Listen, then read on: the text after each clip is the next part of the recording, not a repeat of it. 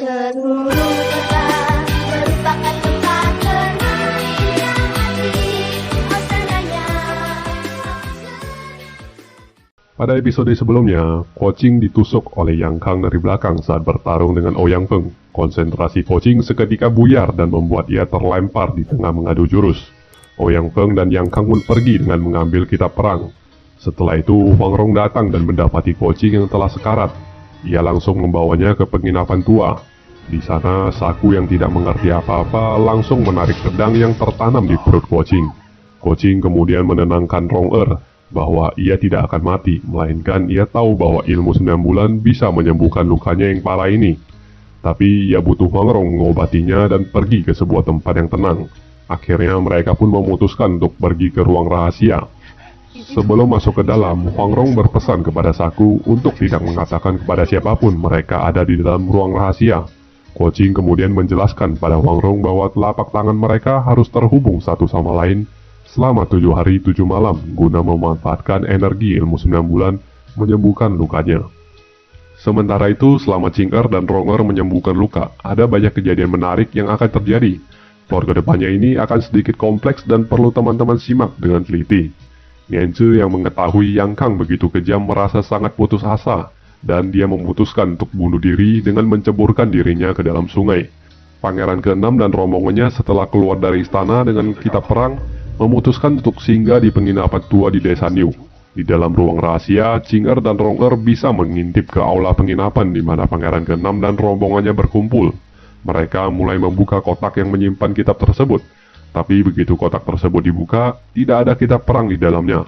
Merasa bingung, mereka memutuskan untuk kembali ke istana. Ouyang Feng dan beberapa petarung kembali ke Ling'an, sementara sisanya menunggu di penginapan. Di dalam istana Ling'an, Cikong masih asik menikmati pesta mencuri hidangan dan mencicipinya di dapur kerajaan. Bocah tua nakal yang kebosanan memutuskan untuk keluar pergi. Ia mengerjai beberapa petarung Qin yang kembali menyelinap dan membuat Ouyang Feng mengejarnya untuk mengetahui kebenaran ilmu 9 bulan. Di tempat lain, Kuan Yin secara tidak sengaja bertemu lagi dengan Nona Cheng. Kedua orang ini mengatakan kalau mereka sedang ada urusan ke desa Niu. Untuk itu mereka memutuskan untuk pergi bersama. Petarung Qin kembali melapor ke Pangeran ke-6 bahwa mereka tidak berhasil menemukan kitab perang semalam, dan malah diganggu oleh hantu yang sebenarnya mereka dikerjain oleh Chow Putong. Pangeran ke-6 dan Yang Kang kemudian memutuskan untuk kembali ke kediamannya sementara. Di sana ia menerima laporan negara Qin sedang dalam kesulitan melawan Song berkat aliansi mereka dengan Mongolia. Pangeran Qin lalu berniat untuk mencari ketua tapak besi Chu Chenren untuk membantunya. Di penginapan, petarung Qin yang ingin makan menemukan mangkok pembuka pintu rahasia.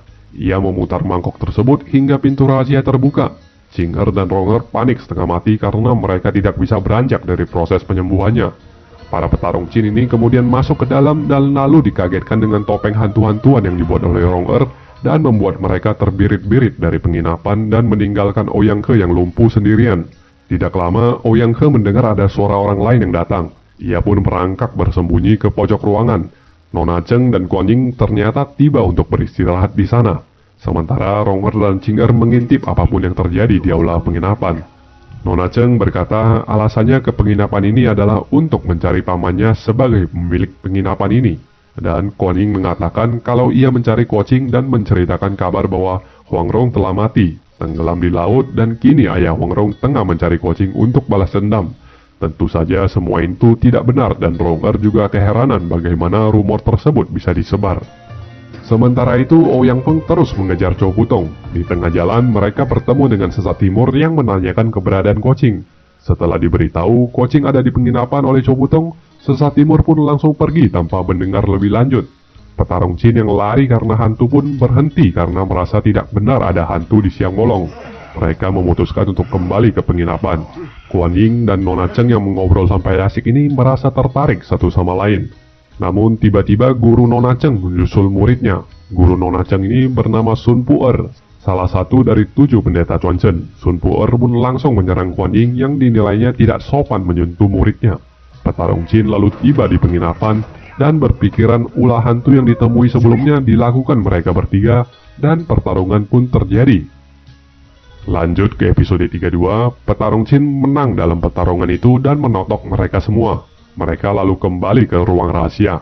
Tapi singkat ceritanya, mereka diperdaya kembali oleh Huang Rong dan kabur. Hingga mereka kembali lagi, bertemu Saku, dan dari belakang muncul Huang Yause yang telah tiba di penginapan. Mereka pun dihajar Huang Yause dan diusir pergi semua. Huang Yause lalu membuka totokan Guanyin, Nona Cheng, dan gurunya.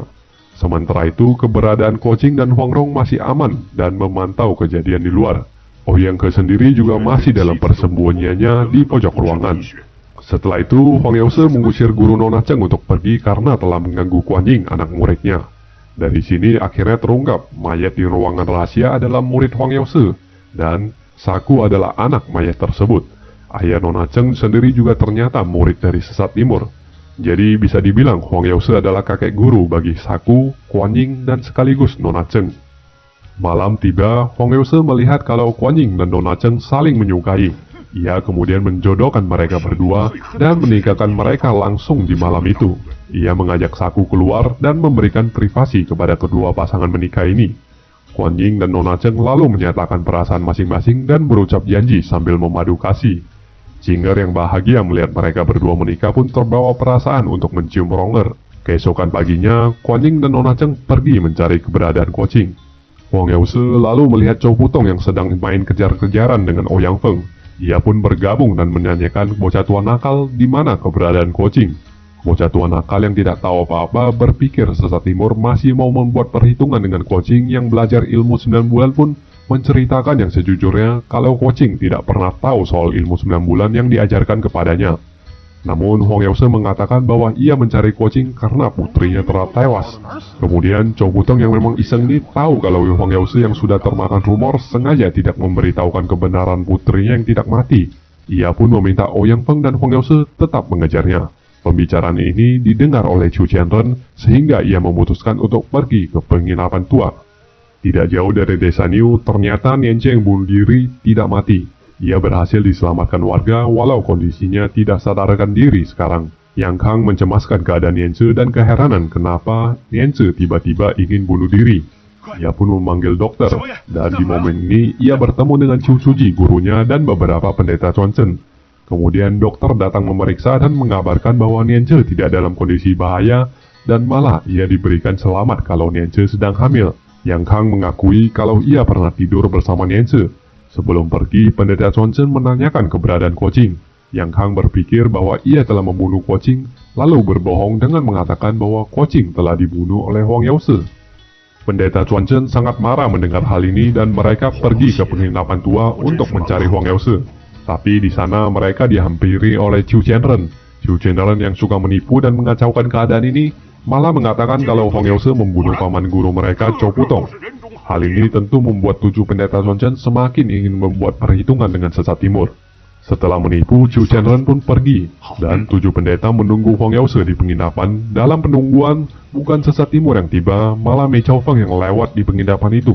Setelah mengetahui mereka mau membunuh gurunya, Mei Chao Feng bertarung dengan 7 pendeta. Di dalam ruang rahasia, Ronger menjelaskan kepada kakak Qingnya bahwa 7 pendeta Chuanchen yang bersatu dalam pertarungan sangatlah kuat. Mereka bisa menggunakan formasi 7 bintang yang saling menyatukan tenaga dalam sehingga lawan kuat sekalipun akan sulit menandingi mereka. Mendengar penjelasan ini, Jinger pun mengaku semakin memahami ilmu 9 bulan. Dan benar saja, Mei Chao Feng dikalahkan dengan mudah oleh 7 pendeta Chuanchen. Tapi tiba-tiba Huang Yause telah kembali ke penginapan setelah Chow Putong kabur setelah teringat ia meninggalkan Qigong sendirian di istana. Sesat Timur marah besar melihat 7 pendeta ini menindas muridnya. Mereka pun langsung bertarung sambil disaksikan Ouyang Feng. Pertarungan mereka cukup ketat. Jurus demi jurus saling bertukar. Tenaga dalam demi tenaga dalam saling beradu di antara mereka. Ouyang Feng bisa melihat Huang Yause cukup serius di pertarungan kali ini dan harus menggunakan kekuatan penuhnya. Lalu ia menyerang salah satu pendeta Chuanchen dan membuat pertarungan berhenti. Sesat Timur kemudian marah kepada Ouyang Feng. Racun Barat yang tahu kalau tenaga Huang Yause sudah terkuras, lalu menyerangnya dari belakang. Namun Mei Chao Feng yang melihat ini menahan pukulan untuk gurunya. Melihat kedua belah pihak sudah terluka, Ouyang Feng pun pergi. 7 pendeta Chuanchen pun memilih pergi dan menyatakan mereka akan kembali mencari perhitungan. Mei Chao Feng yang terluka sangat parah kemudian meminta maaf kepada gurunya atas semua kesalahan dia di masa lalu. Mei Chao Feng kemudian memutuskan kedua tangannya sesuai perintah terdahulu gurunya. Ia memohon pengampunan dan berharap gurunya bisa menerima dia kembali. Dalam kesedihan, Huang Yaose mengatakan ia telah memaafkan Mi Chao Feng dan akan selalu ia anggap sebagai muridnya. Setelah memberi hormat 3 kali, Mi Chao Feng pun meninggal. Huang Yaose kemudian memberikan Mi Chao Feng sebuah pemakaman yang layak dan memainkan suling untuknya.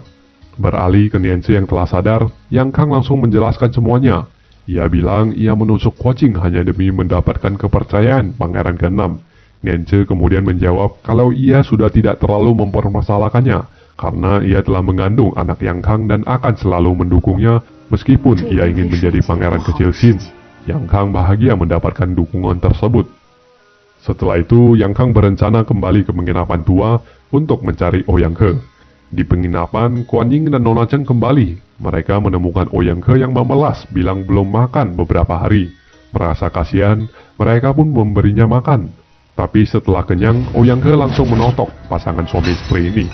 Ia mengancam akan membunuh Kuan Yin jika Nona Cheng tidak mau membuka pakaiannya. Tapi beruntungnya Saku yang memang berkeliaran di sekitar penginapan datang dan mengganggu kesenangan Ouyang He. Saku langsung menuju dapur tempat ruang rahasia tersembunyi pun langsung mencurigai dan mencari tahu keberadaan ruang rahasia. Singkat cerita, ia masuk ke dalam dan menemukan Kuo Qing dan Huang Rong dengan kaki pincangnya. Pertarungan pun tidak terhindarkan. Tanpa melepas satu tapaknya dari Kuo Qing, Huang Rong bertarung melawan Ouyang He sehingga tongkat pemukul anjing terebut dari tangan Huang Rong.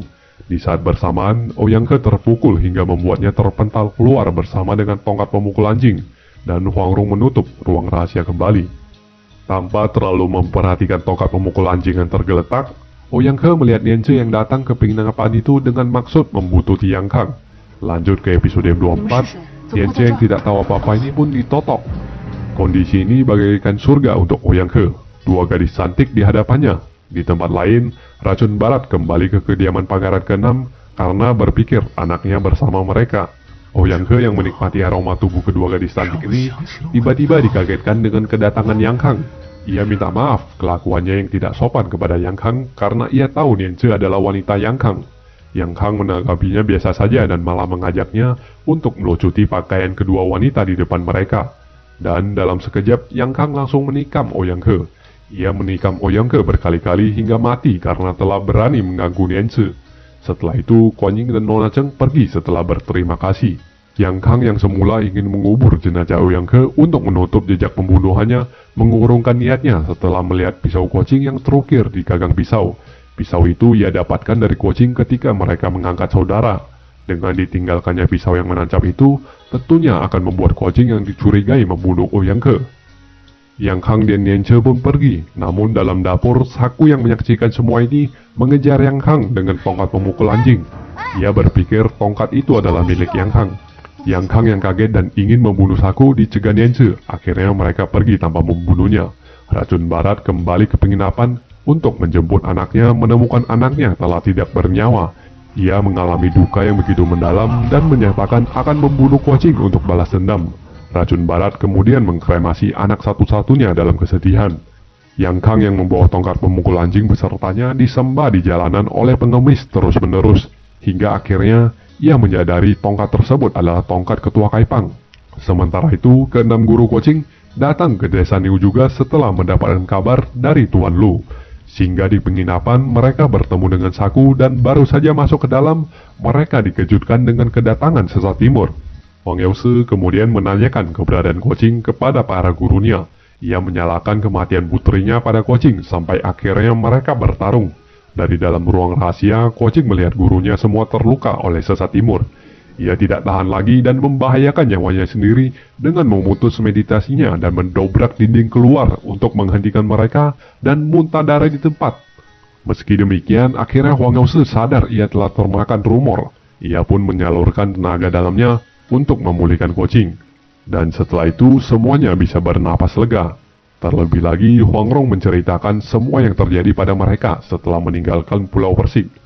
Ronger kemudian membawa ayahnya ke ruang rahasia dan menunjukkan semua peninggalan muridnya. Ayah Saku yang merupakan murid dari Huang Yaose ini meninggal di ruang rahasia ini karena telah mencuri lukisan dari kerajaan untuk diberikan kepada gurunya. Huang Yaose menghela napasnya dan mengingat dirinya yang kejam kepada 4 muridnya di masa lalu. Gara-gara Mi Chao Feng yang mencuri kitab, ia mematahkan semua kaki murid lainnya dan mengusir mereka semua.